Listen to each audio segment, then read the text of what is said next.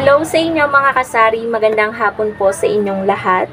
So, ngayon po ay araw ng Sabado, delivery time or delivery day ng Pure Gold. So, today is August 3, 2024. So, yung total purchase po ay kakatanong ko lang at kakasagot lang ng Pure Gold kung magkano. 2,000 lang po yung total purchase ko. Hindi na po ako nag-order ng umaabot ng 5,000, 4,000 plus kay Pure Gold dahil madami na po ako napamimilihan. So, yung mga ino-order ko lang po kay Pure Gold is yung mga items na hindi ko naman masyadong kailangan pa na sa kanila ko lang mabibili. So, lately kasi mga kasari, ayan, na-share ko naman sa inyo, makikita nyo sa medyo latest kong vlog, na namimili po ako sa Jim's Grocery, minsan sa Dali, minsan dito sa bodega. Madami na akong napamimilihan, kaya hindi na ako masyadong nag-o-order ng malaki kay Pure Gold. Dahil din siguro guys, sa daming, alam mo na, dami kong complain, ganto ganyan, na hindi naman naayos, parati akong may complain. So, mas masarap talagang mamili na ikaw mismo yung dumadampot, makikita mo yung item kung may depekto or wala.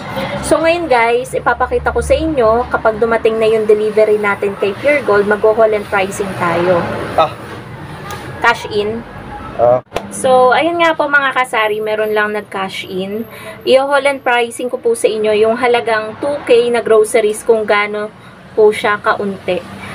At ayun po mga kasari, last week parang nasa 2,000 plus din yung pinagbayaran ko kay Pure Gold. Hindi na talaga ako guys nakakapag-order sa kanila ng above yung 3,000, 4,000, 5,000. Hindi na umaabot ng ganun kasi ang pinaka-technique ko na rin dito guys, kapag may ubos na, namimili agad ako. Lalo na't alam ko na meron akong malapit na mapamimilihan ng item na yon, talagang niyayakag ko kagad si partner at namimili kami. So nagko-close lang kami saglit sa tanghali kapag patay na oras. Hindi pa umaabot ng 1 oras guys kasi napakalapit lang, kabilang barangay lang. Siguro mga lang kami, mga 20 minutes lang kami nawawala, ganyan. Tapos nakakabalik agad kami. So update ko na lang kayo mamaya mga kasari kapag dumating na yung ating delivery from Pure Gold. Update ko din kayo sa presyo ng mga item. The next day. Okay guys, so tayo po ay mag-haul and pricing na nitong groceries from Pure Gold. Ayan po siya. Gaya nga po na nasabi ko kahapon, ito kasi guys ay kinabukasan na. Kasi kagabi hindi dumating guys yung ating delivery nga nito. So nagantay tayo pero nasawi tayo, hindi tayo nakapag-haul and pricing kagabi. 12:45 po to dinating kanina ng Pure Gold at ngayon po ay 1:52 PM. Pinahina ko lang guys yung ulan kasi kanina sobrang lakas ng ulan, baka hindi nyo ko marinig. Merong item dito guys, syempre bago ko mag-start mag-vlog, chinek ko muna guys yung resibo. Bali 2,008 yung aking pinagbayaran dito guys. May napansin ako guys na tumaas, which is itong, kung nagtitinda kayo nito, Copico Creamy Caramelo. 132 na po yung kanyang puhunan. Mas mahal pa po sa Copico Blanca. Ayan po siya oh. Ayan, medyo blurred. 132. 'Di ba mga kasari? 13.2, 15 lang po yung bentahan natin. Alam nyo ba mga kasari? Syempre hindi. Yung delata na in-order ko, yan lang. Kasi hindi na ako masyado nag-o-order ng delata kay Pure Gold. Ayan o. Nasa 2,000 plus na lang lagi or 1,000 plus yung order ko kay Pure Gold. At ayan nga po, gaya ng nasabi ko, ganyan lang po kadami or kaunti. Yan, mga konting non-food items, konting kape, 2 klaseng biskwit, konting condiments, konting delata, at konting chicheria. Umabot na po siya ng 2,000. Ganyan po kamahal ang mga bilihin ngayon. So, mag-start tayo mga kasari dito na lang. Ayan. Dito sa Dato Puti, ang bentahan ko dito sa 350 ml na suka ay 21. Syempre, mas mahal yung toyo. 23 ang bentahan ko niyan. 4 lang yata guys yung patong ko dyan, plus 4 lang. And then sa pita, 8 na po yung bentahan ko niyan. Pati itong Rebisco Strawberry. Tago 8 na po yung aking mga biskwit. Tapos ito, yan nga po, 15. 15, Copico Blanca. Nescafe Original, 15. And then, meron din tayong Copico Black Twin Pack. Ayan, tagki-15 din yan. So, iba-iba guys ang puhunan ng mga yang kaping yan. Ayan, Copico Blanca, 127.55. Ito, 132. Ito, 125. Yung Copico Black, 125. Tapos, meron tayong Max White. Ayan, Max White natin ay 5-4. Tapos, Bicol Express natin, 32. Yan. Nag-order yata ako ng 2. Ito yung isa. And then, Lucky 7, 3. 25 naman ang bentahan ko nito. Carne Norte na 150 grams. And then, meron din tayo guys, chichirya. Alam ko medyo madami akong in-order na chichirya, pero ito lang yung dumating.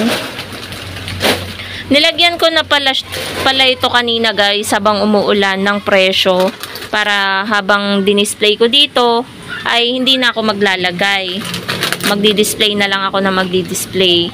So, ayan. Crispy patata natin is 9. Manguan natin is 9. Ayan o, may presyo siya. Mga piatos natin is 19.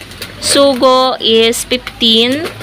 Yan lang guys yung klase ng mga chichirya na dinating sa akin. Pillows natin. Ayan o, walang hangin pa itong isa. Ayan o. 'Di ba?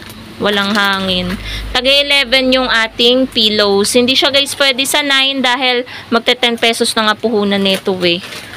Meron dito guys yung mas maliit ganyan. Ito medyo sumunod siya sa maliit. Taga 11 yan. Sa iba nga 12 pa yan eh.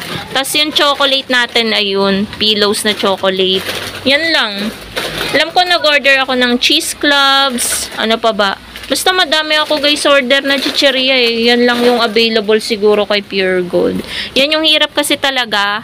Yung mag-expect tayo na dadating lahat tapos hindi naman pala. Kaya ang mahalaga wag tayong mag-expect para hindi tayo masaktan. Ito guys, itong katol, 22 na ang isang box nito. Dati nasa 17 lang. 22 na. Kaya yung partner nito, 6 pesos yung bentahan ko. Ayan o. Hindi pa 12 nights yung binigay sa akin. Malalaki to. Yan o, 10 nights. 'Di ba? Kunti lang tutubuin natin dyan. Magkano lang? 8 lang tutubuin natin dito guys. Pero same price naman sila nung 12 nights. Tapos Ariel. Ayan. Super bar. Jumbo to guys. Yung nakakat na. 17 ang bentahan ko nito. 14.50 yung puhunan nito guys. Kaya meron lang tayo ditong 250. Tapos ito mga kasari, Color Safe 225 ml yung pang decolor na Sunrocks. 30 bentahan ko nito. Puhunan nito 26.50. Tapos itong Silka na green 65 grams. 23 ang bentahan ko nito. Ang puhunan nito guys is nasa 20 point something. Pakita ko sa inyo guys. 20.75, 'di ba oh? Magbe-21 na siya. 23 lang. So wala pang 3 pesos yung ano natin diyan, tubo. And then 1 dozen ng Ariel powder. Yung order ko, yun yung isa. Bentahan ko niyan ay 16. Tapos nag-order din ako ng fabric conditioner na Champion. Yan, pink fresh, 1 dozen, 7 pesos ang bentahan ko niyan. Nag-order din ako ng single na Downy Sunrise. Sunrise fresh. Anong Downy? Oo nga, Downy Sunrise. Hindi ko lang sinama yung fresh. Maliit lang to guys. 7 din yan. And then yung safeguard natin guys. Alam ko mahal lang safeguard eh. Wait lang.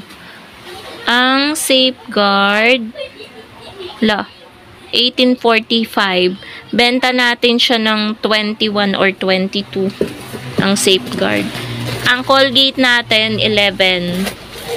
Tapos, Silka natin na ganito, 20. Kasi yung puhunan niya, nagmura siya eh. 16 na lang eh. 16.25. So, sakto lang siya sa 20 pesos na bentahan. So, yan mga kasari. Alam ko nag-order ako ng Bioderm. Pero walang dinating na Bioderm. Ang dami din palang wala.